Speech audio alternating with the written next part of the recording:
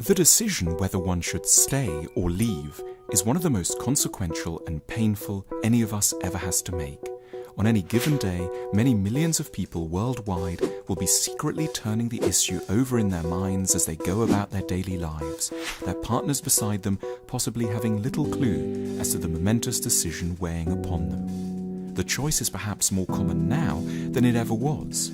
We expect to be deeply happy in love, and therefore spend a good deal of time wondering whether our relationships are essentially normal in their sexual and psychological frustrations, or are beset by unusually pathological patterns which should impel us to get out as soon as we can. What films or novels we've been exposed to, the state of our friends' relationships, the degree of noise surrounding new sexually driven dating apps, not to mention how much sleep we've had, can all play humblingly large roles in influencing us one way or another. Awkwardly, it seems that no one else actually really minds what we end up doing, which gives the decision a degree of existential loneliness it might not always have possessed. Historically, the choice was in a sense a good deal easier because there were simply so many stern external sanctions around not leaving. Religions would insist that God blessed unions and would be furious at their being torn asunder. Society strongly disapproved of breakups and cast separating parties into decades of ignominy and shame. And psychologists would explain that children would be deeply and permanently scarred by any termination in their parents' relationship. But one by one, these objections to quitting have fallen away. Religions no longer terrify us into staying, society doesn't care, and psychologists now routinely tell us that children would prefer a broken family to an unhappy one. The burden of choice therefore falls squarely on us.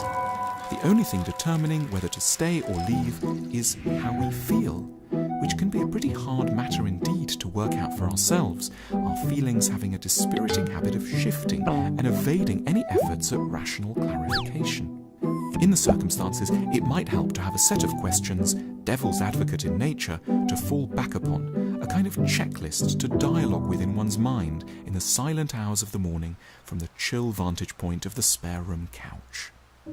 How much of our unhappiness can be tightly attributed to this particular partner, and how much might it, as we would risk discovering 5 years and multiple upheavals later, turn out to be simply an inherent feature of any attempt to live in close proximity to another human? Though it is of course always essentially their fault, what tiny proportion of the difficulties might we nevertheless be contributing to the discord? In what modest way might we be a little hard to be around? Consider the annoying traits in all previous partners we've had, and people we've known that our current partners happen not to have. What do we manage not to fight about? Start to probe at any new infatuations or crushes, largely by getting to know them better. Observe closely how many sexually available and intelligent people the single types around us, especially those hooked up to those new dating apps, actually manage to encounter day to day. Try to have another conversation with your partner in which you don't accuse them of mendacity, and instead simply explain quite calmly how you actually feel and how sad you are about quite a few things. Reflect on how you'd really feel as a child if henceforth you were going to have 2 tiny bedrooms, 2 new step-parents, and possibly a few more new half-siblings. Compare with the scratchy reality of the current setup. Question how normal it is for any couple to have great sex after 22 months together.